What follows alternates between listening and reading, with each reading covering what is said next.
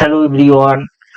आई hope आप लोग सब अच्छे से CSR net life science exam की प्रिपरेशन कर रहे हैं और हम लोग जो क्वेश्चन आंसर का जो सीरीज लेके आए हैं आप लोगों के सामने वो आप लोग अच्छे से देख रहे हैं।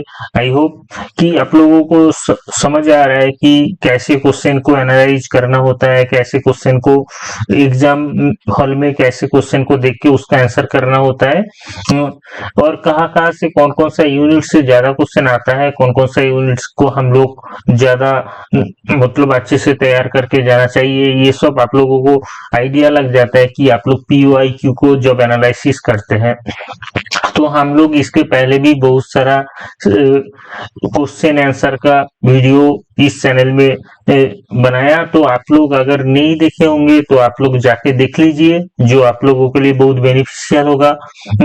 और आज भी हम लोग कुछ कुछ पार्ट सी का क्वेश्चन को लेके आए हैं जो आप लोगों के लिए बहुत बेनिफिशियल होगा। अगर आप लोग फर्दर वीडियो के लिए आप लोग इंतजार कर रहे हैं तो आप लोग चैनल को सब्सक्राइब कर दीजिए कि नोटिफिकेशन आप लोगों को मिल जाए, और वीडियो अच्छा लगा तो लाइक कर दीजिए, जो हम लोगों को मोटिवेशन देता है कि और अच्छा इम्प्रूव करके हम लोग वीडियो बनाए जो आप लोगों को समझ आए।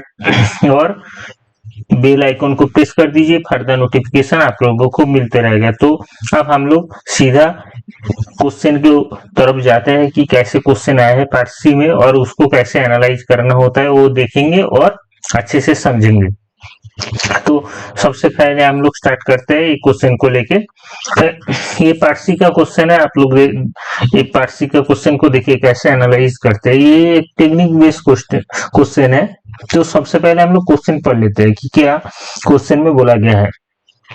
देखिए बोला है an isolated mitochondria were treated an isolated mitochondria were either treated with protease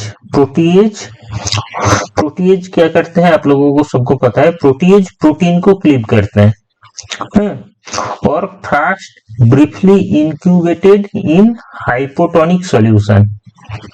तो क्या क्या बोला है, कोई एक मतलब माइटोकॉन्ड्रिया है, आइसोलेटेड माइटोकॉन्ड्रिया है,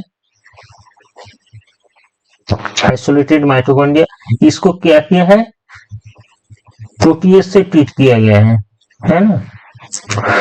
इधर प्रोटीएज से ट्रीट किया गया है और क्या fast briefly incubated in the hypotonic solution prior to treatment with the proteases.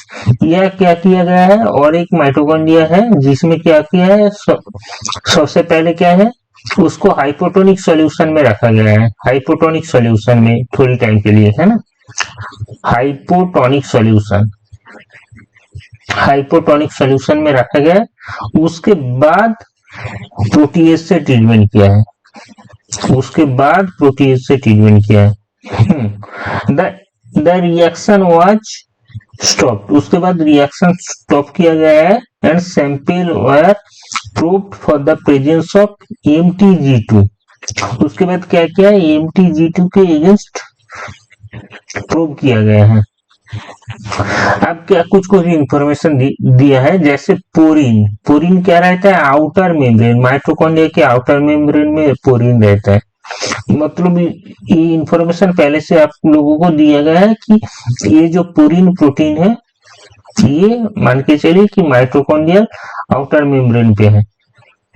And cytochrome C ये कहा है, इनर मेम्ब्रेन स्पेस में, मतलब ये जो स्पेस है यहाँ पे साइटोक्रोम सी है, इनर मेम्ब्रेन जो स्पेस है इस पे। और क्या बोला है, and KDH the matrix, and KDH कहा प्रेजेंट है इन द मैट्रिक्स, ये जो मैट्रिक्स है इसको मैट्रिक्स बोलते हैं, यहाँ पे है KDH, ठीक है। तो वो बोला है यूजिंग वेस्टर्न ब्लॉट एनालिसिस, उसके बाद क्या किया है, इनका वेस्टर्न किया है। तो कुछ कुछ बोला गया कि कोई एक आइसोलेटेड माइटोकॉन्ड्रिया को क्या किया है, सबसे पहले प्रोटीज से ट्रीट किया गया, ठीक है, सबसे पहले। नहीं तो क्या किया गया, सबसे पहले उसको हाइपोटोनिक सॉल्यूशन में रखा, हाइपोटोनिक सॉल्यूशन में थोड़ी देर रखने के बाद प्रोटीज से ट्रीट किया। उसके बाद उन्होंने वेस्टर्न किया है। अब उन्होंने क्या बोला, पोरिन प्रोटीन कहाँ रहता है, ये उन्होंने पहले से ही बता दिया। Porin protein outer mitochondrial membrane पे रहता है, केडीएच मैट्रिक्स के अंदर रहता है, और साइटोक्रोम सी आपका ये जो स्पेस है इंटर मेम्ब्रेन स्पेस, मतलब आउटर और इनर मेम्ब्रेन के बीच में जो स्पेस है इसको बोलते हैं इंटर मेम्ब्रेन स्पेस, इसमें रहता है साइटोक्रोम सी, इन्होंने बोल दिया। अब इन्होंने ये जो एमटीजी है इसका लोकेशन को पता करने के लिए इसके अगेंस्ट प्रोब लगाया है ना, कि इसका अब कुछ कुछ इन्होंने वेस्टर्न चलाया और इंफॉर्मेशन दिया है। सबसे पहले हम लोग धीरे धीरे वेस्टर्न किसके लिए करते हैं, हम लोगों को पता है for protein, western for protein के लिए करते हैं, वेस्टर्न ब्लॉट है, आप लोगों को पता होगा। तो वेस्टर्न किया गया है। तो सबसे पहले इस इमेज को समझते हैं। देखिए सबसे पहले क्या है, प्रोटीएज देखिए प्रोटीएज जहां पे नहीं है इसको माइनस है, इंटेक्ट माइटोकॉन्ड्रिया है, प्रोटीएज का ट्रीटमेंट पहले नहीं दिया और वेस्टर्न किया है। तो क्या हुआ, देखिए MTG2 हम लोगों का टारगेट है, इसको पता करना है। बाकी देखते हैं, साइटोक्रोम सी का बैंड आया है, पोरिन का बैंड आया है, KDH का बैंड आया है ना। तो साइटोक्रोम सी कहाँ रहता है, इस स्पेस में रहता है, इसका बैंड आया है। पोरिन कहाँ रहता है, आउटर मेम्ब्रेन स्पेस में, इसका बैंड आया है। और KDH कहाँ रहता है, KDH मैट्रिक्स में, इसका बैंड आया है। तो प्रोटीएज ट्रीटमेंट नहीं किया था है ना, अब प्रोटीएज का ट्रीटमेंट दिया है, 50 माइक्रोग्राम पर माइक्रोलीटर का ट्रीटमेंट दिया है और 100 माइक्रोग्राम पर माइक्रोलीटर। देखिए 50 माइक्रोग्राम का जो ट्रीटमेंट दिया है, साइटोक्रोम सी का बैंड मिला है ना, बट पोरिन का बैंड नहीं मिला। मतलब पोरिन का बैंड नहीं मिला मतलब क्या है, पोरिन प्रोटीन क्लीव हो गया। प्रोटीएज का जब ट्रीटमेंट दिया, पोरिन प्रोटीन क्लीव होगा। पोरिन प्रोटीन कहाँ रहता है, आउटर मेम्ब्रेन स्पेस में रहता है ना, तो पोरिन प्रोटीन क्लीव हो गया, तो इसलिए पोरिन का बैंड नहीं मिला। बट देखिए साइटोक्रोम सी का बैंड मिला और KDH कहाँ रहता है, मैट्रिक्स में रहता है, KDH का बैंड मिला, इन दोनों का बैंड मिला। ठीक है, अब इसका कॉन्सेंट्रेशन बढ़ा दिया गया है, बढ़ा देने के बाद भी सेम रिजल्ट है। साइटोक्रोम सी जो स्पेस में है उसका बैंड मिला, मतलब क्लीव नहीं हुआ। पोरिन बैंड नहीं मिला क्योंकि पोरिन का क्लीवेज हो गया प्रोटीएज के ट्रीटमेंट में, और KDH का भी बैंड मिला, तो मतलब KDH भी क्लीव नहीं हुआ। तो इंटेक्ट माइटोकॉन्ड्रिया को जब आप प्रोटीएज से ट्रीटमेंट कर रहे हैं, सिर्फ किसका क्लीवेज हो रहा है, पोरिन का क्लीवेज हो रहा है, क्योंकि पोरिन आउटर सरफेस में रहता है, तो इसलिए प्रोटीएज इसको क्लीव कर दिया। अब देखिए मजेदार बात, अब माइटोकॉन्ड्रिया को हाइपोटोनिक सॉल्यूशन में रखा, उसके बाद प्रोटीएज क्लीव दिया। यहाँ पे मजेदार बात क्या है, देखिए माइटोकॉन्ड्रिया हम लोगों को पता है, कोई सेल को अगर हाइपोटोनिक सॉल्यूशन में रखेंगे तो क्या होगा, हाइपोटोनिक सॉल्यूशन, ठीक है, हाइपोटोनिक सॉल्यूशन में रखेंगे तो सेल के अंदर H2O जाएगा, और आफ्टर ए सर्टेन टाइम जितना H2O जाएगा सेल ब्रास्ट हो जाएगा, है ना, सेल ब्रास्ट हो जाएगा और सेल का सारा जो लाइसेट है बाहर आ जाएगा, है ना। हाइपोटोनिक सॉल्यूशन में रखने से ये होता है, क्योंकि अंदर सॉल्यूट कॉन्सेंट्रेशन ज्यादा होता है, बाहर सॉल्यूट कॉन्सेंट्रेशन कम होता है, तो बाहर से H2O सेल के अंदर जाता है और cell after certain time burst हो जाता है, सोइलिंग हो जाता है, तो सेल बास्ट हो जाता है। तो इसको माइटोकॉन्ड्रिया अगर मान के चलेंगे तो माइटोकॉन्ड्रिया भी बास्ट होगा जब हाइपोटोनिक सॉल्यूशन में रखेंगे। उसके बाद प्रोटीएज का ट्रीटमेंट दिया है, तब तो क्या रिजल्ट मिला है, देखिए सबसे पहले क्या हुआ, सबसे पहले प्रोटीएज का ट्रीटमेंट नहीं दिया, साइटोक्रोम सी का बैंड मिला, पोरिन का बैंड मिला, KDH का बैंड मिला, मतलब किसी का क्लीवेज नहीं हुआ। क्योंकि प्रोटीएज दिया नहीं था। अब देखिए प्रोटीएज हाइपोटोनिक सॉल्यूशन में रखा और प्रोटीएज का ट्रीटमेंट दिया है 50 माइक्रोग्राम पर माइक्रोलीटर में। तो क्या हुआ देखिए, साइटोक्रोम सी का बैंड नहीं मिला। यहाँ पे पहले प्रोटीएज का ट्रीटमेंट दिया था इंटेक्ट माइटोकॉन्ड्रिया में, तो साइटोक्रोम सी का बैंड मिल रहा था, बट यहाँ पे देखिए साइटोक्रोम सी का बैंड नहीं मिल रहा है। साइटोक्रोम सी कहाँ रहता है, इंटरमेम्ब्रेन स्पेस में, है ना। तो इंटरमेम्ब्रेन स्पेस में रहता है, ये आप लोगों को पहले से ही बता दिया गया था। तो उसका बैंड नहीं मिल रहा, मतलब क्या है, क्लीवेज हो गया। तो मतलब माइटोकॉन्ड्रिया रैप्चर हो गया और साइटोक्रोम सी का क्लीवेज हो गया, इसलिए बैंड नहीं मिला। पोरिन का भी देखिए बैंड नहीं मिला, है ना। यहाँ पे देखिए बैंड में जब प्रोटीज नहीं था मिल रहा था, यहाँ पे नहीं मिल रहा है, तो पोरिन भी क्लीव हो गया। पोरिन तो पहले से ही क्लीव हो रहा था क्योंकि ये आउटर सरफेस में रहता है। अब साइटोक्रोम सी का भी क्लीवेज हो गया, बैंड नहीं मिला क्योंकि ये स्पेस में रहता है। तो जब हाइपोटोनिक सॉल्यूशन में दिया माइटोकॉन्ड्रियल मेम्ब्रेन रप्चर हो गया, तो साइटोक्रोम सी बाहर आ गया था। तो साइटोक्रोम सी को क्या किया, प्रोटीएज रप्चर कर दिया, क्लीव कर दिया, तो बैंड नहीं मिला। सेम पोरिन को लिए भी नहीं मिला। अब केडीएच कहाँ रहता है, केडीएच देखिए मैट्रिक्स पे रहता है, इसका बैंड मिल रहा है, मतलब केडीएच क्लीव नहीं हुआ इसलिए बैंड मिल रहा है। तो मतलब मैट्रिक्स में जो प्रोटीन है वो बाहर नहीं आया, मतलब रैप्चर तो हुआ, आउटर माइटोकॉन्ड्रियल मेम्ब्रेन का रैप्चर हुआ, है ना। इनर माइटोकॉन्ड्रियल मेम्ब्रेन रैप्चर नहीं हुआ, इसलिए केडीएच बाहर नहीं आ पाया, तो प्रोटीन उसको क्लीव नहीं कर पाया, तो केडीएच का बैंड मिल रहा है। इसका कॉन्सेंट्रेशन बढ़ा दिया गया है, तब भी देखिए साइटोक्रोम सी क्लीव हो गया भाया प्रोटीज, क्योंकि आउटर माइटोकॉन्ड्रियल मेम्ब्रेन रैप्चर हो गया due to the hypotonic solution is given, है ना। उसके बाद क्या किया हुआ, प्रोटीज साइटोक्रोम सी को क्लीव कर दिया, इसलिए यहाँ पे बैंड नहीं मिल रहा है। उसके बाद पोरिन का भी देखिए, पोरिन का भी बैंड नहीं मिल रहा है क्योंकि प्रोटीएज पोरिन को आउटर सरफेस में क्लीव कर दिया, बट केडीएच का बैंड मिल रहा है। केडीएच क्या रहता है, पहले से ही बता दिया गया था कि मैट्रिक्स में, तो मैट्रिक्स में जो जो प्रोटीन है उनका बैंड मिल रहा है। तो अब MTG2 को देखिए, MTG2 देखिए जब इंटेक्ट माइटोकॉन्ड्रिया मेम्ब्रेन है वहां पे सब में बैंड मिल रहा था। प्रोटीएज का ट्रीटमेंट दिया है जहाँ पे हाइपोटोनिक सॉल्यूशन था, वहां पे भी सबका बैंड मिल रहा था। तो कौन सा प्रोटीन के साथ ये सिमिलर पैटर्न फॉलो कर रहा है, केडीएच के साथ, है ना। केडीएच के साथ फॉलोइंग पैटर्न फॉलो कर रहा है। देखिए केडीएच में तीनों में बैंड मिल रहा था, यहाँ पे जब हाइपोटोनिक सॉल्यूशन में भी दिया तब भी तीनों, मतलब प्रोटीएज है प्रोटीएज नहीं है तब भी बैंड मिल रहा था, प्रोटीएज है तब भी बैंड मिल रहा है, मतलब केडीएच के पैटर्न फॉलो कर रहा था MTG2।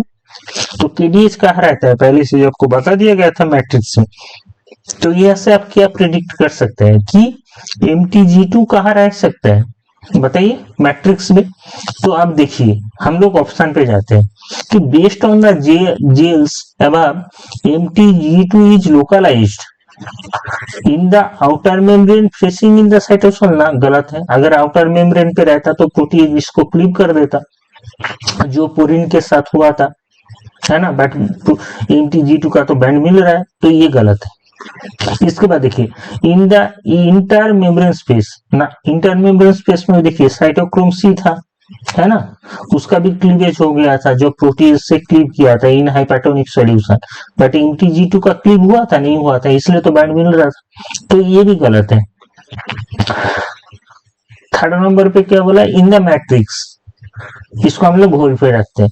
Traversing the inner and outer membrane, नहीं इनर और आउटर मेम्ब्रेन, जो ये इनर मेम्ब्रेन और यहाँ पे भी अगर रहेगा तो तब भी क्लीव होगा, है ना। तो केडीएच मैट्रिक्स में रहता था इसलिए क्लीव नहीं हुआ, MTG2 भी मैट्रिक्स में रहेगा, तो ये थर्ड ऑप्शन आपका सही है। तो आप लोगों को पता चल गया कि इसको कैसे एनालिसिस करना होता है ना।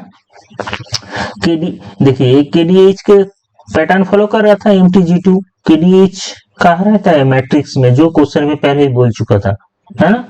तो वहां से हम लोग प्रेडिक्ट कर सकते हैं कि MTG2 localized in the matrix. I hope आप लोगों को ये क्वेश्चन समझ आया और कैसे एनालिसिस करना है इसको आप लोगों को पता चल गया। अगर फिर भी ना समझ आए तो आप लोग कमेंट सेक्शन पे एक बार बता दीजिए, मैं फिर से आप लोगों को समझाऊंगा। बट ये बहुत अच्छा क्वेश्चन है, देखिए कितना इजी क्वेश्चन है। आप थोड़ा इस पे टाइम देंगे 4 नंबर आसानी से आप लोग इसको यहाँ से आप लोग 4 नंबर अच्छे से निकल सकते हैं, है ना। कितना आसान क्वेश्चन था। अब नेक्स्ट क्वेश्चन की तरफ जाते हैं। देखिए ये एनिमल फिजियोलॉजी का क्वेश्चन है, एक अच्छा क्वेश्चन है एनिमल फिजियोलॉजी का।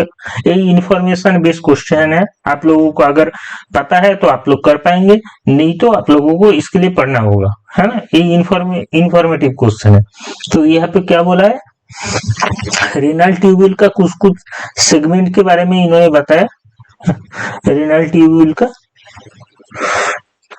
जैसे proximal tubule, collecting duct, thick ascending lymph, distal convoluted tubule और उनके कौन कौन सा सिम्पोटर, एंटीपोटर, ट्रांसपोर्टर प्रेजेंट है उसके हिसाब से इन्होंने दिया है। तो मैच करना होगा इसमें। देखिए आप लोग ये एनिमल फिजियोलॉजी का क्वेश्चन आप लोग इसको अच्छे से पढ़ लीजिए, फिर भी मैं ये आप लोगों को डिस्कस कर देता हूँ।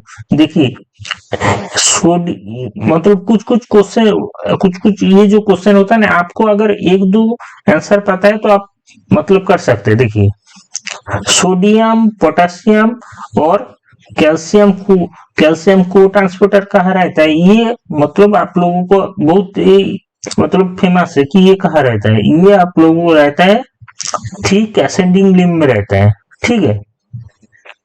ठीक असेंडिंग, तो यहाँ से आप लोगों को देखिए सीका टू अगर आप लोग देखेंगे तो कोई ऑप्शन में नहीं है, सिर्फ सिवाय फोर में है, बाकी कोई ऑप्शन में नहीं है। तो आप लोगों को सिर्फ इतना ही पता हुआ तो आप लोग इसको आंसर कर सकते हैं, बाकी फिर भी हम लोग देख लेते हैं। देखिए सोडियम चैनल और क्या क्या है, सोडियम क्लोराइड को ट्रांसपोर्टर, सोडियम अमाइनो एसिड को ट्रांसपोर्टर। आप लोगों को पता होगा प्रॉक्सिमल ट्यूब्यूल में हमेशा रहता है सोडियम ग्लूकोज को transporter, sodium amino acid transporter, क्योंकि प्रॉक्सिमल ट्यूब्यूल में 100% आपका ग्लूकोज अमाइनो एसिड का एब्जॉर्प्शन हो जाता है, क्योंकि वो यूरिन में नहीं जाता है। तो all the amino acid are reabsorbed by the proximal tubule. तो sodium amino acid cotransporter आपका प्रॉक्सिमल ट्यूब्यूल में रहता है। ए का 4 ये ऑप्शन में है, और सी का 2 तो हम लोग देख लिया ऑलरेडी। अब देखिए कलेक्टिंग डक्ट में ये रहता है, कलेक्टिंग डक्ट में आपका रहता है, कलेक्टिंग डक्ट में क्या रहता है बताइए, सोडियम चैनल आपका कलेक्टिंग डक्ट में रहता है। और आपका क्या रहेगा, डिस्टल कन्वोल्यूटेड ट्यूब्यूल में आपका रहता है सोडियम क्लोराइड को ट्रांसपोर्टर। तो यहाँ से इसका ऑप्शन ये बन जाता है। ये आप लोगों को थोड़ा पढ़ना पड़ेगा, जो मैं ऑलरेडी आप लोगों को कुछ इमेज यहाँ पे दे मतलब बुक से लगा दिया, आप लोग इसको और अच्छे से डिटेल से पढ़ सकते हैं। जैसे देखिए ये प्रॉक्सिमल कन्वोल्यूटेड ट्यूब्यूल का पिक्चर है, जहाँ पे सोडियम ग्लूकोज को ट्रांसपोर्टर है ना, और आपका सोडियम और हाइड्रोजन का एंटीपोटर है। ये सब आप लोग पढ़ सकते हैं। अब देखिए और एक बहुत अच्छा सा क्वेश्चन आप लोगों के साथ डिस्कस करेंगे। इसको अच्छे से अगर आप लोग समझ जाएंगे ना, लगेगा इतना आसान क्वेश्चन भी आ सकता है क्या। इसको अच्छे से बैठ के एनालाइज करना होता है सिर्फ। देखिए इस क्वेश्चन को आप लोग बहुत ध्यान से देखिए। सबसे पहले क्वेश्चन पढ़ लेते हैं। देखिए सबसे पहले अगर हम लोग क्वेश्चन पढ़ेंगे तो क्या बोला है, protein A just a minute, protein A binds the mRNA of the gene B in HeLa cell. मतलब क्या बोला है, प्रोटीन ए क्या किया है, ये protein A binds the mRNA, ये जो mRNA है इस mRNA का जीन बी, ये जो जीन बी है, अगर मान के चलिए mRNA फॉर जीन बी है ना, ये जो जीन बी है जीन बी इस प्रोटीन ए इस mRNA पे आके बाइंड करता है. The protein A mediates the formation of the mRNA protein particles. मतलब ये जो mRNA है, ये जो mRNA है, इस mRNA किसके लिए है? जीन बी के लिए. मतलब कोई एक बी जीन का mRNA, बी mRNA हम लोग लिख देते हैं. इस पे बाइंड करता है क्या है? प्रोटीन ए बाइंड करता है. बाइंड करने के बाद क्या करता है? एम आर एनपीज कॉम्प्लेक्स बनाते हैं. ठीक है. The addition of chemical C disrupt mRNA, मतलब ये जो पार्टिकल्स बनता है इनहिला से. अगर आप यहाँ पे C केमिकल ऐड कर देंगे तो ये जो मतलब कॉम्प्लेक्स बना था ये डिसोसिएट हो जाता है ना. ये और ये बी mRNA का जो ये प्रोटीन और बी जीन का जो mRNA का जो कॉम्प्लेक्स बना था ये डिसोसिएट हो जाता है. So the result of the western blot and northern blot analyze the shows below. अब उन्होंने वेस्टर्न किया है for protein A, for protein B और ये नॉर्दर्न. अब देखते हैं क्या बोला है वेस्टर्न में. सबसे पहले देखिए, अच्छा ये देखने के पहले हम लोग ये देख लेते हैं ऑप्शन देखने के पहले कि क्या हुआ है. देखिए हेला सेल में क्या होता है. हेला सेल में सबसे पहले प्रोटीन ए के अगेंस्ट वेस्टर्न ब्लॉट किया है ना. प्रोटीन ए के अगेंस्ट किया है इसलिए एंटीबॉडी अगेंस्ट ए दिया है. तो देखिए और गैप डीएच हमेशा क्या होता है? ये कॉन्स्टिट्यूटिवली एक्सप्रेस होता है, इसलिए इसको कंट्रोल की तरह जेल में यूज किया जाता है कि गैप डीएच. अब लोग बोलेंगे गैप डीएच का क्यों यूज किया है? गैप डीएच सेल में कॉन्स्टिट्यूटिवली एक्सप्रेस होता है. GAPDH, beta actin. तो कोई अगर पर्टिकुलर टारगेट ऑफ प्रोटीन का वेस्टर्न देखेंगे तो हमेशा आपको कंट्रोल की तरह कोई जीन लेना होता है. जहां पे यहाँ पे गैप डीएच लिया है ना. तो देखिए हेला सेल में क्या हुआ, आप वेस्टर्न किए सिर्फ हेला सेल का, जहाँ पे कोई मतलब सी केमिकल का ट्रीटमेंट नहीं है. देखिए यहाँ पे बैंड मिला है प्रोटीन ए के अगेंस्ट. अब हेला सेल में सी का ट्रीटमेंट दिया है ना. फिर भी देखिए प्रोटीन ए का बैंड मिला है ना. तो यहाँ से आप ऑप्शन छोड़िए, यहाँ से आप क्या प्रेडिक्ट कर सकते हैं कि chemical C does not affect the translation of protein A. अगर वो प्रोटीन ए का जो अगर ट्रांसलेशन को ब्लॉक कर देता केमिकल सी तो यहाँ पे बैंड नहीं मिलता है ना.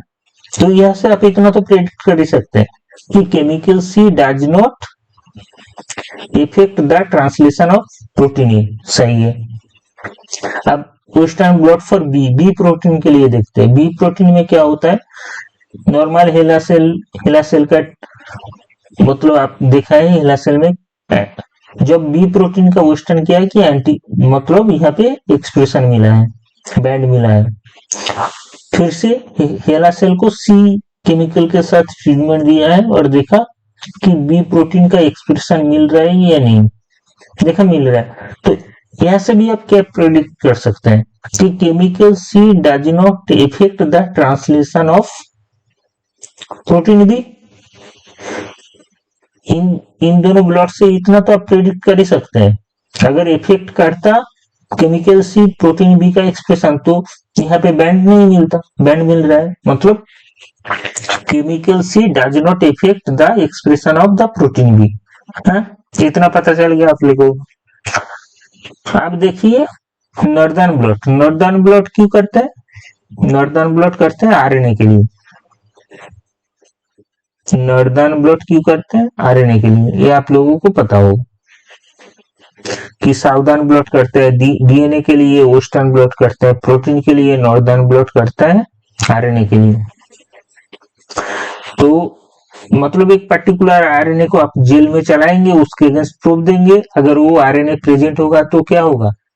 आपको दिखेगा, बैंड दिखेगा. अगर उस आरएनए नहीं प्रेजेंट होगा तो प्रोब बाइंड नहीं करेगा तो बैंड नहीं दिखेगा, है ना. सिंपल सा फॉर्मूला है.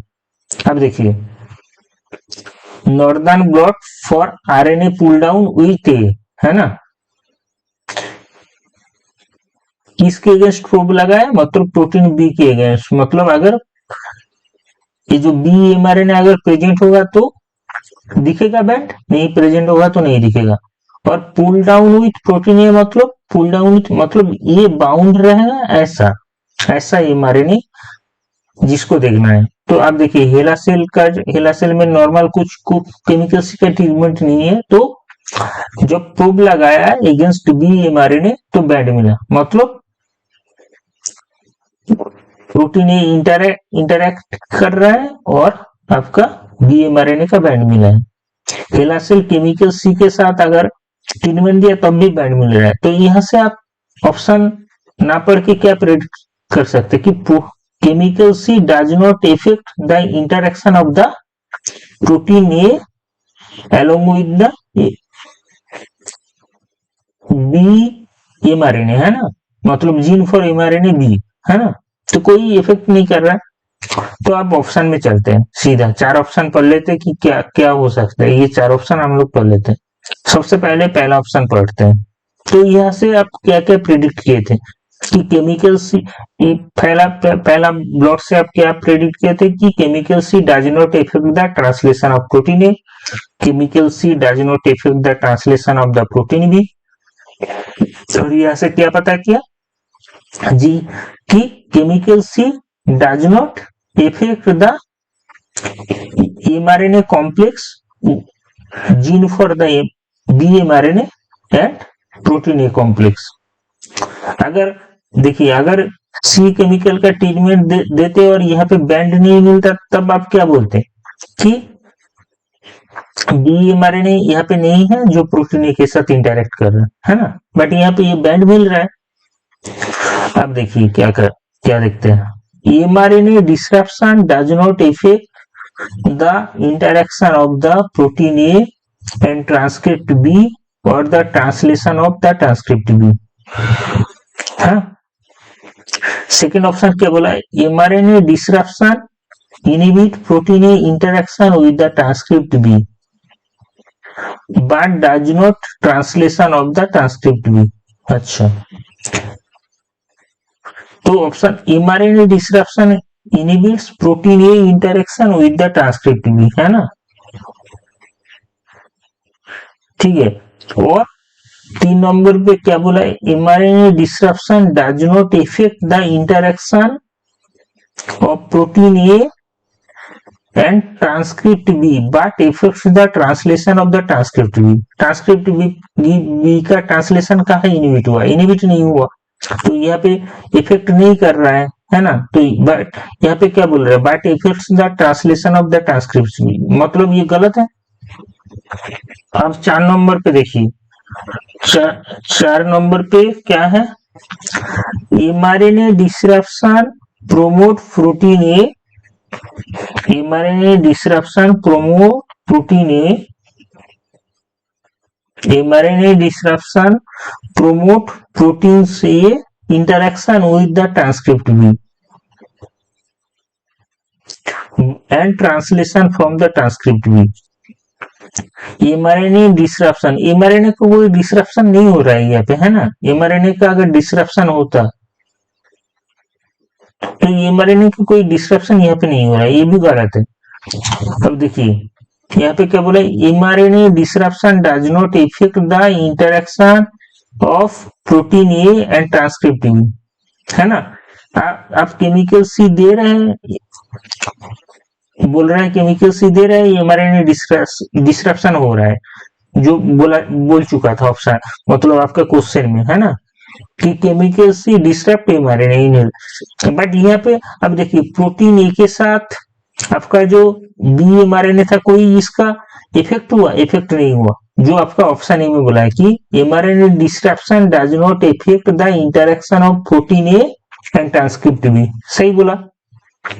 अगर यहाँ पे ये इंटरेक्शन डिस्ट्रैक्ट होता है ना केमिकल सी की वजह से, तो यहाँ पे बैंड नहीं मिलता, तो डिस्ट्रप्ट नहीं हुआ। केमिकल सी देने के बाद भी प्रोटीन ए के साथ एमआरएनए का डिस्ट्रप्शन नहीं हुआ, ट्रांसक्रिप्ट भी एमआरएनए का डिस्ट्रप्शन नहीं हुआ, और the translation of the transcript B का ट्रांसलेशन भी इनहिबिट नहीं हुआ, कोई इफेक्ट नहीं हुआ, क्योंकि देखिए यहाँ पे ट्रांसक्रिप्ट बी का बैंड मिल रहा था। तो यहाँ से ऑप्शन ए सही है ना।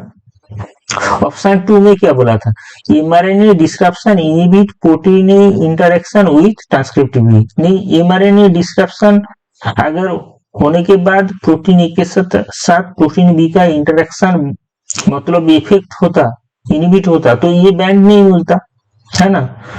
मतलब एमआरएनए डिस्क्रप्शन इनहिबिट नहीं कर पाया प्रोटीन ए के साथ इस एमआरएनए का इंटरेक्शन को, बट यहाँ पे बोला इनहिबिट किया, इनहिबिट नहीं किया ना, तो ये ऑप्शन गलत होता है। तो यहाँ से 2, 3, 4 गलत हुआ और 1 नंबर ऑप्शन सही हुआ, है ना। समझ पाए इस क्वेश्चन को आप लोग अच्छे से। आप नेक्स्ट क्वेश्चन की तरफ बढ़ते हैं। देखिए ये भी बहुत एक आसान सा क्वेश्चन है ना। ये आपका प्राइमर का क्वेश्चन है, मतलब यूनिट 13 का क्वेश्चन है ना। देखिए ये तो सबसे सिंपल क्वेश्चन है आप लोगों के लिए कि एक डीएनए स्ट्रेच ऑफ डीएनए दिया गया, उसके अगेंस्ट आपको प्राइमर बनाना है। तो आप लोगों को सबको पता होगा कि प्राइमर 2 टाइप का होता है ना, फॉरवर्ड प्राइमर, एक आपका फॉरवर्ड और एक रिवर्स, है ना। रिवर्स मान के चलिए कोई एक डीएनए है, इसका डायरेक्शन 5 प्राइम है और इसका 3 प्राइम है ना, 5 प्राइम और इसका 3 प्राइम, है ना। अब क्या होता है, जब पीसीआर होता है इस स्टैंड पे जाके एक होता है ना, सॉरी ये 5 प्राइम टू 3 प्राइम होगा और ये 3 प्राइम टू 5 प्राइम, है ना। एंटी पैरेलल रहता है। हाँ, अब देखिए जब पॉलीमरेज चेन रिएक्शन होता है, यहाँ पे फॉरवर्ड प्राइमर बाइंड होता है ना, और यहाँ पे रिवर्स प्राइमर बनता है, 5 प्राइम टू 3 प्राइम डायरेक्शन में प्राइमर बनता है, मतलब बाइंडिंग होता है, और यहाँ पे ऐसे ही 5 प्राइम टू 3 प्राइम, समझ रहे। मतलब मैं अगर एकदम बिल्कुल अच्छे से आपको नेक्स्ट पेज में समझाऊं, देखिए एकदम अच्छे से ठीक कैसे होता है। डबल स्टैंडर्ड डीएनए है ना, ये डबल स्टैंडर्ड डीएनए जिसका ये 5 प्राइम टू ये आपका 3 प्राइम और ये 3 prime to 5 prime antiparallel रहता है। अब जो पॉलीमरेज चेन रिएक्शन होता है, यहाँ पे क्या होता है, फॉरवर्ड प्राइमर बाइंड होता है, जिसका डायरेक्शन क्या रहता है, 5 प्राइम टू 3 प्राइम। पॉलीमरेज यहाँ पे आके बाइंड करता है, इसको एक्सटेंड कराता है, इसको बोलते हैं फॉरवर्ड प्राइमर। क्योंकि हमेशा polymerase 5 prime to 3 prime direction में लेंथ इलोंगेट करता है, तो ये जो प्राइमर बनेगा इसका डायरेक्शन ऐसे होगा, ये जो प्राइमर बाइंड करेगा 5 प्राइम टू 3 प्राइम और ये इस डायरेक्शन में इलोंगेट करेगा, इसलिए इसको बोलते हैं फॉरवर्ड। और बैकवर्ड प्राइमर कहाँ बाइंड करता है, यहाँ पे, जिसका डायरेक्शन ऐसा रहता है 5 प्राइम, जिसका डायरेक्शन ऐसे रहता है, ये 5 प्राइम और ये 3 प्राइम, इसको बोलते हैं बैकवर्ड प्राइमर। ये बैकवर्ड, सॉरी ये सीखे, ये बैकवर्ड प्राइमर। तो 2 प्राइमर बाइंड होता है, एक फॉरवर्ड प्राइमर, उसके बाद क्या होता है, चेन ऐसे इलोंगेशन करके जाता है, ऐसे चेन इलोंगेशन होता है। हाँ, तो अब क्वेश्चन की तरफ जाते हैं, है ना। देखिए क्वेश्चन पे एक डीएनए स्टैंड का सिर्फ, मतलब डीएनए हमेशा के डबल स्टैंड डीएनए होता है, उसका एक स्टैंड का आपका सीक्वेंस दिया गया है ना, सिर्फ सिंगल स्टैंड का। तो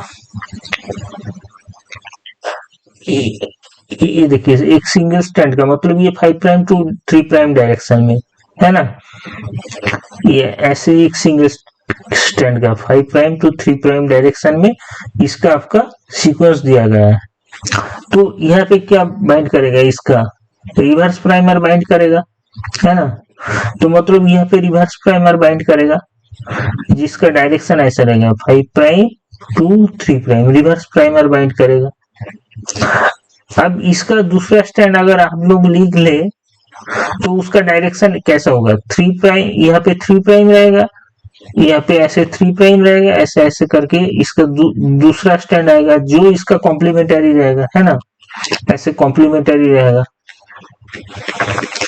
ऐसे जिसका ऐसे डायरेक्शन रहेगा, यहाँ पे 5 प्राइम और यहाँ पे 3 प्राइम, है ना। अब देखिए तो यहाँ पे क्या, यहाँ पे आपका फॉरवर्ड प्राइमर बाइंड करेगा। फॉरवर्ड प्राइमर क्या होगा, आपका इस स्टैंड का कॉम्प्लीमेंटरी, मतलब ये वाला कुछ होगा, है ना। और रिवर्स प्राइमर यहाँ से आपको बनाना पड़ेगा। तो रिवर्स प्राइमर क्या हो सकता है, अगर यहाँ पे सी है तो आप लोग लिखते जाएंगे तो रिवर्स प्राइमर क्या होगा, जी ए की जगह टी आएगा, जी टी ए, सॉरी जी की जगह सी आएगा, टी की जगह ए आएगा, ए की जगह टी आएगा, टी आएगा, है ना, फिर जी की जगह सी आएगा। तो ऐसे आएगा ना, 5 प्राइम टू 3 प्राइम अगर काउंट करेंगे तो जी टी सी कहा है देखते हैं। तो आप लोग अगर लिख लेंगे तो कैसे होगा, ऐसे सी टी, उसके बाद क्या आएगा सी जी टी सी, उसके बाद टी टी है तो ए आएगा, T A A, sorry T, यहाँ पे ए आया, फिर ए है तो टी आएगा, फिर टी आएगा, फिर जी की जगह सी आएगा, तो ऐसे आएगा, है ना, 5 प्राइम। तो ऐसा कौन सा सीक्वेंस है, G T C A T T C. देखिए यहाँ पे ऑप्शन में कुछ है, देखिए ये है ना, G T C A T T C, तो ये एक प्राइमर बन सकता है, ये आपका रिवर्स प्राइमर होगा। अब फॉरवर्ड प्राइमर अगर देखेंगे तो फॉरवर्ड प्राइमर क्या होता है, इसका अगर आप दोनों स्टैंड बना लेंगे, मतलब 3 प्राइम टू 5 प्राइम, मतलब ये जो स्टैंड एक दिया हुआ है इसका कॉम्प्लीमेंटरी आप बना लेंगे, है ना। तो यहाँ पे जो प्राइमर आएगा ये तो इसके सेम होगा ना, क्योंकि ये इसी का कॉम्प्लीमेंटरी, तो ये सेम होगा ना। तो यहाँ से आप लोग अगर देखेंगे तो क्या होगा, ए टी जी ए, है ना, तो ऐसा कुछ सीक्वेंस आपको मिल जाएगा। देखिए ए टी जी, है ना, A T G A C G A T, A T G A C G A, है ना। तो आपको ये दोनों मिल गया, सी और डी, है ना, ए टी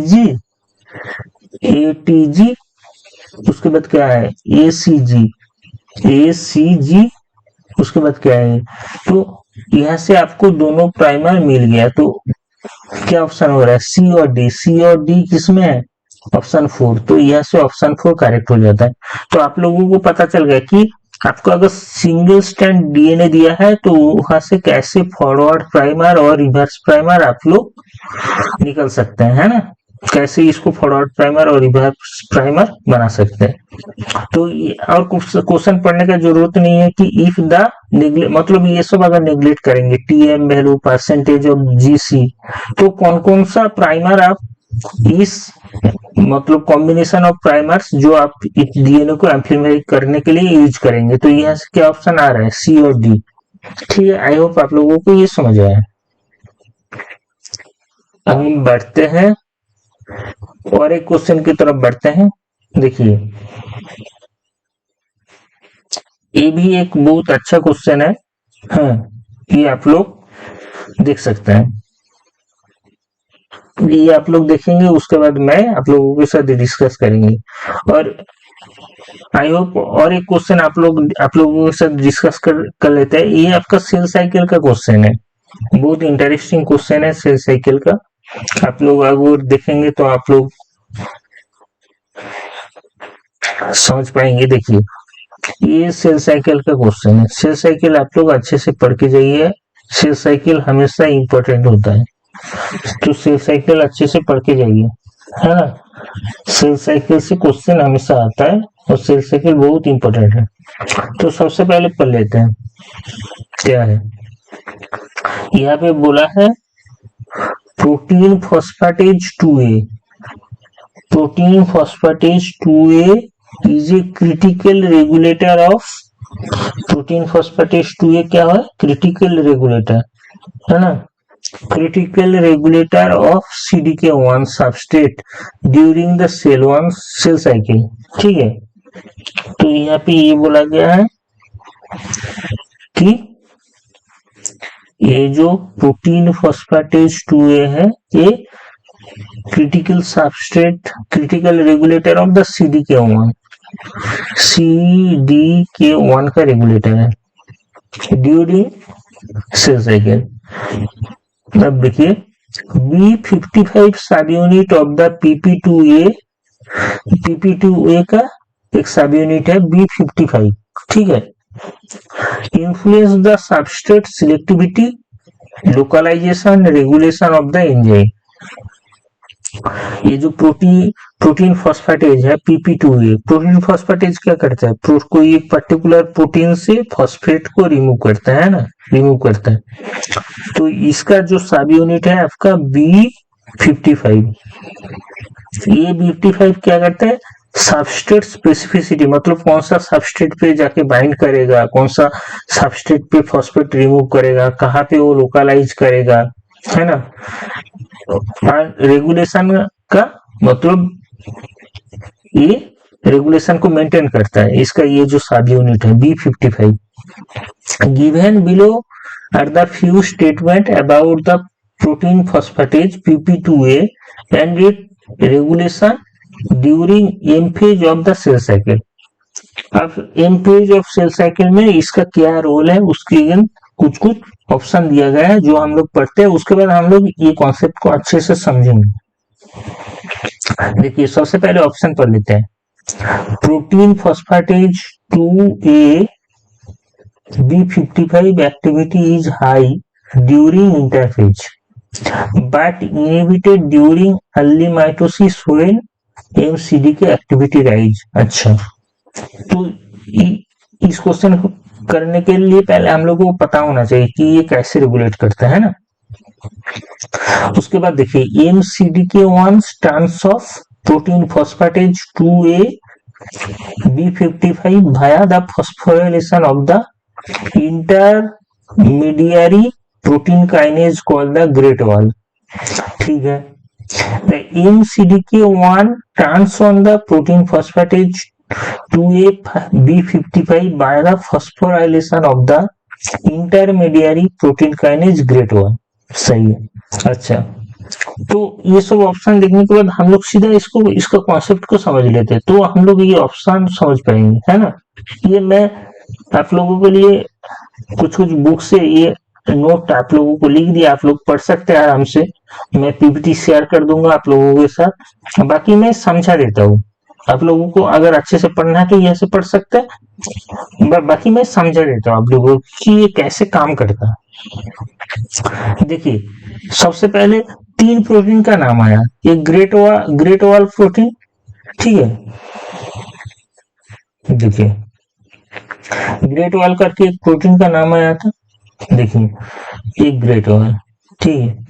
और एक आपका CDK1 जो एम फेज का CDK1 और PP2A 5B55। देखिए ये टोटल प्रोटीन कॉम्प्लेक्स है जिसका एक सब यूनिट है। अब इसको कैसे समझते हैं हम लोग देखते हैं। देखिए एम फेज CDK क्या करते हैं, एम फेज CDK साइक्लिंग क्या करते हैं, ग्रेट वॉल करके एक काइनेज है ना, इस काइनेज को फॉस्फोराइलेट करते हैं। ये जो फॉस्फोराइलेट होता है great wall kinase M phase में, एम फेज CDK एक्टिव है, ये ग्रेट वॉल काइनेज को एक्टिविटी है। ग्रेट वॉल काइनेज मतलब वो फॉस्फोराइलेट करेगा, वो किसको फॉस्फोराइलेट करता है, ENSA करके, जिसको बोलते हैं एंडोसल्फिन, इसको फॉस्फोराइलेट करता है। जब ये फॉस्फोराइलेट होता है ये क्या होता है, PP2A B55 जो प्रोटीन कॉम्प्लेक्स है यहाँ पे जाके बाइंड करता है। हाँ, यहाँ पे जाके जब ये बाइंड करता है तब ये इनएक्टिव हो जाता है, ठीक है। तो अच्छे से समझिए कैसे सीक्वेंस, सेम फेज में आपका एम फेज CDK एक्टिव है, CDK साइक्लिन जो क्या किया, ग्रेट वॉल काइनेज को फॉस्फोराइलेट किया, सही है। ग्रेट वॉल काइनेज जो फॉस्फोराइलेट हुआ वो किसको फॉस्फोराइलेट किया? वो इंडोसल्फिन को फॉस्फोराइलेट किया। इंडोसल्फिन जो फॉस्फोराइलेट हुआ वो क्या करता है? प्रोटीन फॉस्फेटेज PP2A5B55 में जाके बाइंड किया और उसको इनएक्टिव किया। तो यहाँ से क्या कॉन्सेप्ट बन रहा है कि protein phosphatase 2A M phase में इनएक्टिव रहता है। कैसे इनएक्टिव रहता है? फिर से बोल रहा हूँ, M phase CDK cyclin great wall kinase को एक्टिवेट करता है। ग्रेट वॉल काइनेज आपका इंडोसल्फिन को एक्टिवेट करता है। इंडोसल्फिन B55 पे जाके बाइंड करता है तो वो इनएक्टिव रहता है। तो एम फेज में क्या होता है? आपका प्रोटीन फॉस्फेटेज 2A इनएक्टिव रहता है। आपका प्रोटीन फॉस्फेटेज 2A का काम क्या है? एक्चुअल काम क्या है? ये जब एक्टिव रहता है, जब इसका ये वाला प्रोटीन रिमूव हो जाता है एंडोसल्फिन, तब ये एक्टिव फॉर्म, देखिए ये एक्टिव फॉर्म है ना, जब ये रिमूव हो गया ये क्या करता है? एम फेज सीडी के जीन, एम फेज सीडी के क्या करते हैं? सीडी के साइक्लिन उसका जो सबस्ट्रेट है उनको फॉस्फोराइलेट करता है ना। सीडीके का जो सबस्ट्रेट है, मतलब M phase CDK M phase में जो जो प्रोटीन को फॉस्फोराइलेट करना है फॉर सेल डिवीजन उसको फॉस्फोराइलेट करता है। प्रोटीन फॉस्फेटेज क्या करता है? उस फॉस्फोराइलेशन को रिमूव कर देता है। तो ये क्या करता है? निगेटिवली रोल प्ले करता है ना। देखिए M phase CDK cyclin CDK substrate को फॉस्फोराइलेट किया, ये क्या करता है? इस फॉस्फोराइलेशन को रिमूव करते हैं। तो आपका एम फेज में एम फेज सीडीके का जरूरत क्यों है? क्योंकि वो सेल साइकिल को प्रोग्रेशन करने के लिए उसको फॉस्फोराइलेशन करना होगा। आप अगर PP2A उस फॉस्फेटेज के थ्रू फॉस्फेट को रिमूव कर देगा तो सेल साइकिल प्रोग्रेशन होगा नहीं, माइटोसिस होगा नहीं। तो इसलिए इसको इनएक्टिव रहता है एम फेज में। कौन इनएक्टिव करता है? Great wall kinase. Great wall kinase क्या करता है? इसको फॉस्फोराइलेट करता है। इंडोसल्फिन को इंडोसल्फिन यहाँ पे कॉम्प्लेक्स फॉर्म करता है तो ये इनएक्टिव रहता है। आप देखिए जब एम फेज धीरे धीरे खत्म हो रहा है तो एम फेज का ये एक्टिविटी कम हो जाएगा तो ये ग्रेट वॉल काइनेज को एक्टिवेट नहीं कर पाएगा, तो ये एक्टिव फॉर्म में आ जाएगा जब ये आपका एम फेज से एग्जिस्ट होगा या इंटरफेज में। इंटरफेज में ये एक्टिवेट फॉर्म में रहता है या जब एम फेज से एग्जिस्ट होगा तब क्या हुआ? ये एक्टिव होगा और ये जो M phase CDK cyclin gene को फॉस्फोराइलेट कर दिया था उनको रिमूव कर देगा। फॉस्फेटेज सब रिमूव कर देगा, सब सारा फॉस्फेट ग्रुप। तो आप लोगों को एक आइडिया लग गया कि PP2A कैसे काम करता है ना। ये भी एक दूसरा बुक से ये भी एक इमेज है जहाँ पे क्या है, जहाँ पे देखिए कोई सेम ही चीज बता है।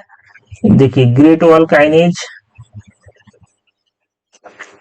ग्रेट वॉल काइनेज जब CDK1 साइक्लिन भी इसको फॉस्फोराइलेट करेगा तो एक्टिव हो जाएगा। एक्टिव होगा तो क्या करेगा? इंडोसल्फिन 1 को फॉस्फोराइलेट करेगा। इंडोसल्फिन 1 PP2A को क्या करेगा? इनहिबिट करेगा, है ना। इनहिबिट करेगा तो फॉस्फेट रिमूव नहीं होगा, है ना। ये कौन सा फेज में होता है? Onset of M phase. अब धीरे धीरे जब एम फेज एग्जिस्ट हो रहा है ना, तब क्या होता है? तब PP2A क्या करता है? इंडोसल्फिन, तब आपका ये जो है ना ये CDK1 साइक्लिन धीरे धीरे डिग्रेड हो जाता है। डिग्रेड हो जाता है तो क्या होता है? तो ग्रेट वॉल काइनेज को कोई एक्टिवेट नहीं कर पाता है ना। ग्रेट वॉल काइनेज को कोई एक्टिवेट नहीं कर पाता है तो इसका फॉस्फोराइलेशन नहीं होता है। तो PP2A सब क्या करता है? सबका फॉस्फेट को रिमूव कर देता है। जब तक फॉस्फोराइलेशन था तब नहीं कर पाया। अब जब इसका रिप्रेशन बंद हो गया तब क्या हुआ? ये सबका फॉस्फेट रिमूव कर दिया और ये खुद सबका जो फॉस्फोराइलेशन एम फेज में CDK1 और साइक्लिन भी किया था सबका फॉस्फेट रिमूव कर दिया। तो वहां से एग्जिस्ट हुआ माइटोसिस फेज का। तो इंटरफेज में भी ये आपका एक्टिव रहता है। कहाँ रिप्रेस रहता है? ये रिप्रेस रहता है आपका एम फेज में PP2A। तो ये आपका बेसिक कॉन्सेप्ट है। तो यहाँ से हम लोग क्वेश्चन देख लेते हैं और एक बार और ऑप्शन पढ़ लेते हैं। तो ऑप्शन और एक बार अगर पढ़ेंगे तो क्या बोला है कि PP2A activity is high during interphase. हाँ सही है, but inhibited during early mitosis when the M phase activity is raised. यही तो अभी यही तो डिस्कस हुआ कि PP2A जब एम फेज में रहता है तब रिप्रेस रहता है, इनहिबिटेड रहता है अर्ली माइटोसिस में, क्योंकि एम सीडी की एक्टिविटी ज्यादा रहता है इसलिए। और इंटरफेज या जब एग्जिस्ट हो जाता है माइटोसिस से तब इसका एक्टिविटी इंक्रीज रहता है, हाई रहता है। ऑप्शन ए सही है ना। अब ऑप्शन बी पर लेते हैं। M CDK unit turns off the PP2AB via phosphorylation of intermediary protein kinase greater 1, जो हम लोग बोल चुके हैं कि एम फेज CDK1 साइक्लिन क्या करता है, ग्रेटर 1 को फॉस्फोराइलेट करता है तो वो एंडोसल्फिन को फॉस्फोराइलेट करता है, एंडोसल्फिन ट्रांस ऑफ करता है किसका, PP2AB PP2A B55 का। तो ये भी ऑप्शन सही है। आप देखिए C option, M1CDK transform the PP2A5P by phosphorylation of inhibitory protein, नहीं ये ट्रांसफॉर्म थोड़ी करता है, ट्रांस ऑफ करता है ना, M1CDK ट्रांस ऑफ करता है, तो ये ऑप्शन गलत है। When anaphase is initiated, okay, and M phase CDK activity is declined, the PP2A B55 promotes dephosphorylation of the CDK1 substrate, है ये भी सही है। जब क्या हो एनाफेज, अब अगर ये वाला देखेंगे कि आपका प्रोफेज, मेटाफेज, एनाफेज जब इनिशिएट हो रहा है तब धीरे धीरे एम फेज का आपका एक्टिविटी कम हो रहा है ना, एम फेज CDK साइक्लिंग, तो क्या होगा, डिक्लाइन हो रहा है, तो तब क्या होता है PP2A5B, है ना, PP2A5B का क्या होता है, promotes dephosphorylation of the CDK1 substrate, ये भी सही। तो यहाँ से कौन कौन सा ऑप्शन सही हो रहा है, ABD का है ऑप्शन 1, है ना, ऑप्शन 1 है। When anaphase is initiated and MCDK1 activity है, तो जब एनाफेज धीरे धीरे इनिशिएट होता है तब क्या होता है, MCDK1 एक्टिविटी डिक्लाइंस होता है, और MCDK1 एक्टिविटी जब डिक्लाइंस होगा तब क्या होगा, PP2A5B प्रोमोट करेगा डिफॉस्फोराइलेशन ऑफ द CDK1 सबस्ट्रेट, है ना। तो यहाँ से ये ऑप्शन सही हो जाता है, ठीक है। तो आप इसका मैं रेफरेंस दे चुका हूं, आप लोग अगर पढ़ना है तो पढ़ सकते हैं। यहाँ पे सब अच्छे से लिखा हुआ है, सेम इनका ये फोटो लगा दिया मैं, आप लोग यहाँ से पढ़ सकते हैं सेम। और एक क्वेश्चन हम लोग देख लेते हैं, ये आपका इकोलॉजी का क्वेश्चन है, ये इकोलॉजी का क्वेश्चन है, हम लोग ये कॉस्ट बेनिफिट का क्वेश्चन है ना, कॉस्ट बेनिफिट। देखिए क्या बोला है, consider a species of group living birds in which individual produce alarm calls to alert group members of a presence of predator। मतलब क्या है, एक ग्रुप ऑफ बर्ड्स रहता है पर्टिकुलर एक स्पीशीज का, जहाँ पे क्या होता है, कोई एक पर्टिकुलर बर्ड्स क्या करता है, अलार्म कॉल प्रोड्यूस करता है। सपोज वो देखा है कि दूर से कोई प्रीडेटर आ रहा है ना, तो वो ग्रुप का और जो मेंबर है उनको अलर्ट करता है कि तुम लोग अब छुप जाओ क्योंकि कोई एक प्रीडेटर आ रहा है ना, वो अलार्म कॉल प्रोड्यूस करता है। देखिए अब वो जब अलार्म कॉल प्रोड्यूस करेगा, वो उसके ग्रुप मेंबर को तो अलार्म कॉल प्रोड्यूस करके बता देगा कि कोई एक प्रीडेटर आ रहा है, आप लोग चुप हो जाओ, आप लोग छुप जाओ। बट वो जब अलार्म कॉल प्रोड्यूस कर रहा है तो प्रीडेटर उसको देख लिया, क्योंकि वो अलार्म कॉल प्रोड्यूस किया, उसका साउंड जो है वो प्रीडेटर को पता चल गया, तो वहां से वो लोकेट कर दिया कि अच्छा यहाँ पे है। तो वो खुद को मतलब खुद का जान को वो दाव पे लगा के दूसरे जो ग्रुप का एनिमल है उनको बोल रहा है तुम लोग भाग जाओ, मैं तुम लोगों को अलर्ट कर रहा हूँ, तुम लोग भाग जाओ, क्योंकि मैं अगर अलर्ट नहीं करूंगा तो प्रीडेटर आके हम सबको मार देगा। उससे बेटर मैं तुम लोगों को अलर्ट कर देता हूँ, तुम लोग भाग जाओ, बाकी मेरा जान जाए। तो इसको बोलते हैं कॉस्ट बेनिफिट रिलेशनशिप, है ना। यहाँ पे कॉस्ट किसका है, जो अलार्म कॉल प्रोड्यूस कर रहा है, बेनिफिट किसका हो रहा है, उसका दूसरा जो ग्रुप मेंबर है उनको बेनिफिट हो रहा है। तो the alarm call confers fitness benefit of the caller as it helps the group members composed of genetic relatives escape the predator। मतलब क्या बोला है कि ये अलार्म कॉल क्या करता है कि ये बेनिफिट प्रोवाइड करता है किसको, उस ग्रुप मेंबर को, हेल्प्स ग्रुप मेंबर्स। अब अगर उस ग्रुप मेंबर में तो उस जो अलार्म कॉल प्रोड्यूस किया है उसी का जीन है, तो ओवरऑल उसका जेनेटिक जो रिलेटेड है, जेनेटिक जो रिलेटिव्स है उनको बेनिफिट हो रहा है। तो ओवरऑल जो बेनिफिट हो रहा है उसको बोलते हैं benefit, fitness benefit. However alarm calling also make the caller more conspicuous of the predator. जो मैं बोल चुका हूँ कि जब अलार्म कॉल प्रोड्यूस कर रहा है तब कॉलर को प्रीडेटर ज्यादा कॉन्स्पिशियस हो गया, प्रीडेटर उसके लिए उसको पता चल गया कि यहाँ पे ही है वो birds. Individual of this species in a population have the four phenotypes. For loudness of the alarm call, they produce in order. अब उनका लाउडनेस जो अलार्म कॉल प्रोड्यूस करता है उसका फोर फेनोटाइप है, पी क्यू आर एस है। मतलब loudness के ऊपर कि कोई एक फेनोटाइप है जो बहुत तेज आवाज करता है, कोई थोड़ा स्लो आवाज करता है, कोई और थोड़ा स्लो आवाज करता है, कोई और थोड़ा स्लो आवाज करता है ना।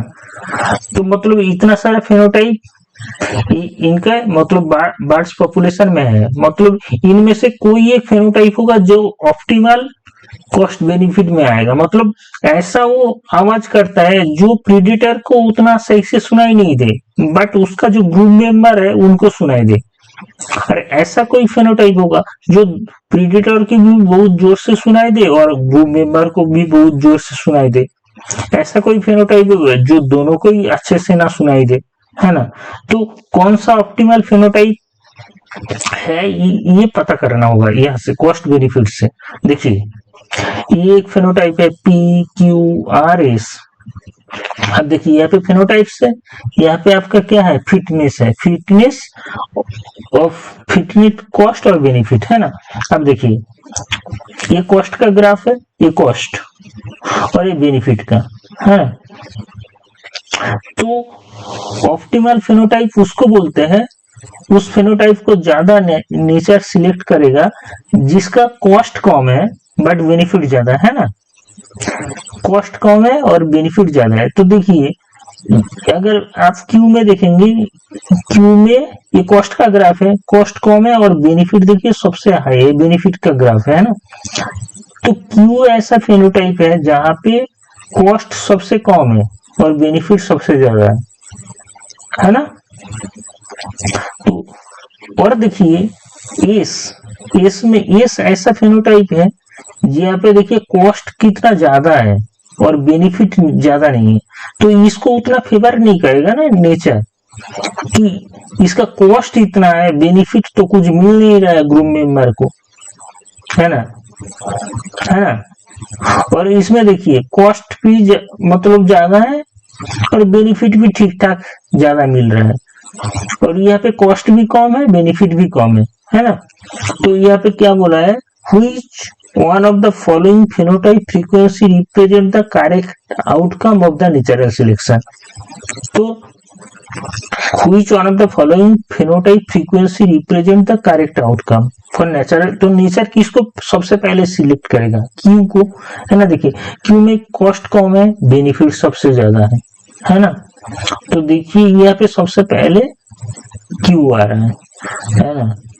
ऑप्शन 3 और ऑप्शन 4, तो ये दोनों तो कट रहा है 1 2। उसके बाद देखिए तो सबसे लोएस्ट किसको मिल रहा है, एस को। एस देखिए सबसे लोएस्ट, पी और आर को बराबर मिल रहा है क्योंकि यहाँ पे कॉस्ट भी कम है, बेनिफिट भी कम है। ठीक है। और यहाँ पे कॉस्ट भी थोड़ा ज्यादा है, बेनिफिट भी थोड़ा ज्यादा है, मतलब पीआर आर लगभग सेम सेम जगह है, बट एस तो सेम जगह नहीं है। इसमें कॉस्ट, इसमें आपका कॉस्ट बहुत ज्यादा है, बेनिफिट कम है, तो एस इनके बराबर तो नहीं नेचर में सिलेक्ट होगा, है ना, एस सबसे कम सिलेक्ट होगा। तो यहाँ से कौन सा ऑप्शन आपको सही लग रहा है? ऑप्शन 3, जहाँ पे क्यू का फ्रीक्वेंसी सबसे ज्यादा मिलेगा पॉपुलेशन में, है ना, क्योंकि कॉस्ट कम है, बेनिफिट ज्यादा है। इसका फ्रीक्वेंसी सबसे कम मिलेगा, है ना, क्योंकि कॉस्ट ज्यादा है अलार्म कॉल प्रोड्यूस करते time, but benefit group member को उतना ज्यादा मिल नहीं रहा है। बट पी और आर में लगभग कॉस्ट भी कम है, बेनिफिट भी कम है, मतलब ठीक है। और इसमें भी कॉस्ट थोड़ा ज्यादा है, बेनिफिट भी थोड़ा ज्यादा है, मतलब दोनों बराबर नेचर में सिलेक्ट होगा, है ना। बट सबसे ज्यादा सिलेक्शन किसका होगा? क्यू का, कॉस्ट कम है, बेनिफिट ज्यादा है, तो यहाँ से आपका ऑप्शन 3 सही हो जाता है। आई होप आप लोगों को ये समझ आया होगा। तो आज के लिए इतना ही क्वेश्चन हम लोग डिस्कस किए, बाकी जो जो क्वेश्चन बच गए वो हम लोग नेक्स्ट दिन डिस्कस करेंगे। तो आप लोगों को अगर वीडियो अच्छा लगा तो आप लोग लाइक कर दीजिए, चैनल को सब्सक्राइब कर दीजिए और बेल आइकन को प्रेस कर दीजिए फर्दर नोटिफिकेशन के लिए। आप लोगों को और कुछ क्वेरी हो तो कमेंट सेक्शन में बता सकते हैं, हम लोग और अच्छे से आप लोगों को समझाने के लिए कोशिश करेंगे। अगर कुछ क्वेश्चन समझ नहीं आया वो भी बता सकते हैं, हम लोग और अच्छे से समझाएंगे। तो bye bye guys, take care और अच्छे से पढ़ते रहिए।